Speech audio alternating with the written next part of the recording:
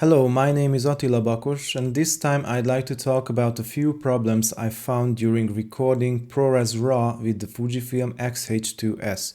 But first I'd like to show you how it compares to a RAW still and in-camera 6.2K H.265 in terms of detail, as all of these options are using the full sensor.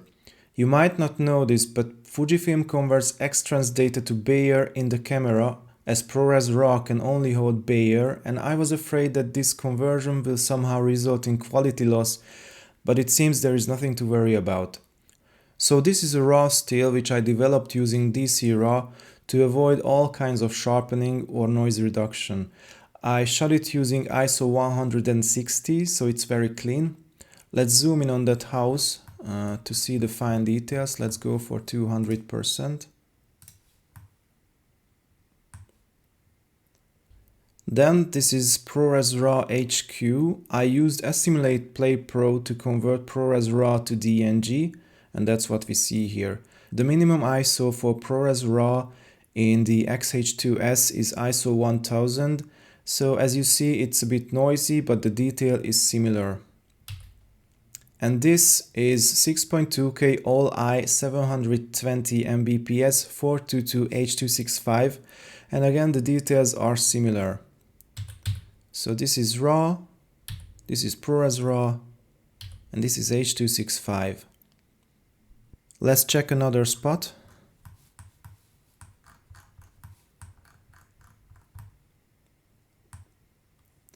We have this cross here, so this is RAW, this is ProRes RAW, and this is H.265. Detail is similar, but I'd like to show you why you would want to shoot ProRes RAW instead of anything else using the X-H2s. There are obvious reasons like being able to adjust white balance and exposure in post, but I usually do custom white balance and I have tools to properly adjust the exposure of F-log as well. The reason that's most important to me is color detail. ProRes RAW is the only format that escapes Fujifilm's chroma smoothing algorithm, for which I have a dedicated video on my channel, so I'm just gonna show you a few examples in this clip. Let's go back to the RAW file. Notice how green that wooden door is, and the skin color of Jesus, and that white piece of cloth. When we switch to ProRes RAW, it's all kind of the same, but with more noise. We only lost those blues down there. So this was RAW, and this is ProRes RAW.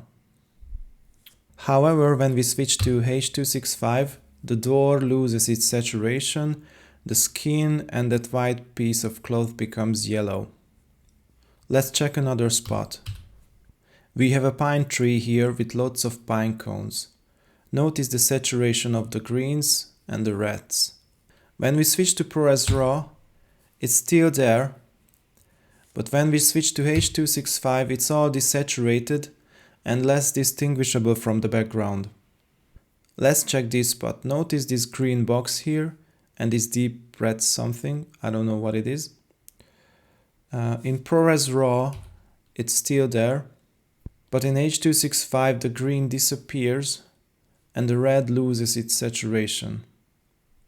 One last example, see these yellow branches. When we switch to ProRes RAW, we lose some of them, but they are still visible. However, in H.265 they all disappear.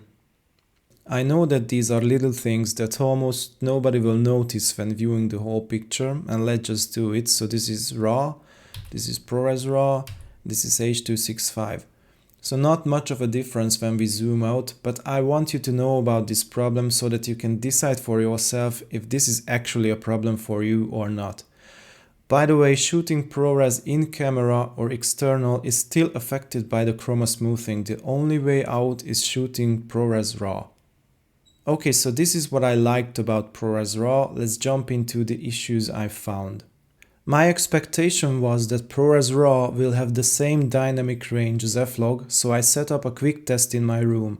I shot through my window, exposed all the way to the right, I stopped just before the clipping point and I put a doll with a color chart into the shadows. The idea was to see how much shadow detail I can recover. So this is F-log, F-log 2, and 4 different exposures of ProRes RAW shown with the f-log gamma and color space so that you can compare it to the original f-log. With ProRes RAW I went beyond clipping in third stop increments up to 1 stop over. I did this because with RAW we can use the highlight recovery option in Resolve. I will go into the details of highlight recovery in another video. It's not magic, it won't always save the highlights, but why not use it if it's available? Here we have the same Rec. 709 look with the exposure adjusted to the outside lighting conditions. This is without highlight recovery, and you can see on the image and on the waveform as well that we could not pull back the highlight detail from the clipped ones. But as soon as I enable highlight recovery, they are all acceptable. So let's see the shadows. I will zoom in on the first 3. f-log 2 is the cleanest, f-log is slightly noisier, but the noise in ProRes RAW is very ugly. You cannot really clean this up, it's better to leave it close to black and not push it like I did here for this comparison. But as you can see, if you're willing to go 1 stop above clipping, you will have similar shadow detail to f-log. It's still a bit green and you might lose important highlight information even with highlight recovery, but at least you have a workaround when really needed. Next we are going to do some push and pull test. Here I shot the same scene in f-log, f-log 2 and ProRes RAW. All of them are on base ISO. I exposed for the middle gray background and I color corrected them so that they look comparable. I used highlight recovery in the raw images. Let's see how far we can go by overexposing the image. At 1 stop over they all look fine. At 2 stops over everything is still fine. At 3 stops over the highlights on the doll's face in f-log start to clip, but everything else is fine. It's important to note that if I had not used highlight recovery, ProRes RAW would clip at the same point as f-log. At 4 stops over the highlights on the doll's face in f-log 2 and ProRes RAW start to clip as well, but ProRes RAW wins by a small margin here. At 5 stops over all of them are unusable. Now we are back at base exposure and we will underexpose the image. But first I'd like to show you a difference that's visible right at the start. So in f-log and f-log 2 we have some detail in this dark area here. But if I go to ProRes RAW, it's all kind of black. When we go 1 stop under, f-log and f-log 2 are completely fine, but ProRes RAW lost even more shadow detail, and you can see on the waveform that it's simply cut, there's no information there. For the next ones I'm gonna zoom in so that you can see the noise. At 2 steps under, noise becomes visible, but everything is still usable if you don't mind the shadow detail loss in ProRes RAW. At 3 steps down, f-log 2 has a red color cast, while ProRes RAW develops a green one. f-log stays neutral but loses a bit of saturation. Overall noise level is still manageable here. At 4 stops down, the red cast in f-log and the green cast in ProRes RAW starts to become a problem. I'd say you could still correct f-log 2, but I wouldn't use ProRes RAW at this point. f-log is still fine, but you need to restore saturation. At 5 stops down, I would probably still try to restore f-log, but not the other two. At 6 stops down, none of them is usable, but the color balance in f-log is way better than in the other two. So as you could see, f-log 2 allows for more overexposure, while f-log allows for more underexposure, but the latitude of ProRes RAW depends on whether you're willing to use highlight recovery and whether you're fine with blacks being cut. My second problem with ProRes RAW is a weird issue. I use a Ninja V Plus and sometimes I see a stuttering image on the monitor. It's like it's showing only every second frame, so if I set it for 24 FPS it looks like 12 FPS. Sometimes it's just a monitoring issue, but sometimes it gets translated to the recorded clip. So this is how the clip looks like when everything is normal.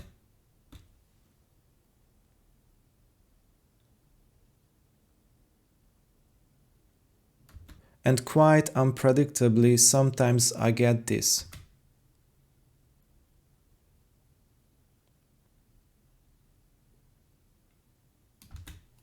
The easiest way to reproduce it is to change FPS in the camera. During my testing, I switched back and forth between 24 FPS and 23.98 FPS for like 10 to 12 times. This was always enough for the issue to pop up at least once. I tried a lot of cables, it didn't make a difference. I could also reproduce the issue with another X-H2s and another Ninja V recorder as well. I contacted Fujifilm and Atomos about this. Fujifilm has not replied, but it didn't surprise me, they usually don't reply. With Atomos I had a long conversation and I did a huge amount of tests for them. They told me their engineering team will check this, and at the time of recording this video I'm still waiting for their answer. My third problem with ProRes RAW is a bad pixel that's only visible in 6.2K mode. It's in the middle right there. I zoom into the clip to make it more visible.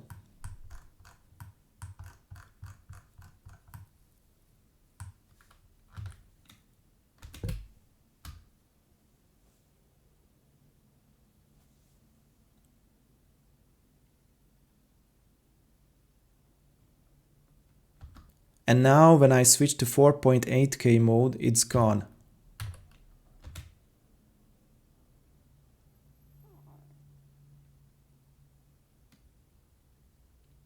It's interesting because both modes use the same readout. The 4.8K mode is just cropped. I tried another X-H2s with another Ninja V. I also asked people using the same setup, and it seems that everyone has the same bad pixel at the exact same location. I contacted Fujifilm and Atomos about this. As usual, no reply from Fujifilm, but Atomos reproduced the issue, and they told me that the bad pixel comes in the HDMI feed. There's nothing they can do about it. It's up to Fuji to fix.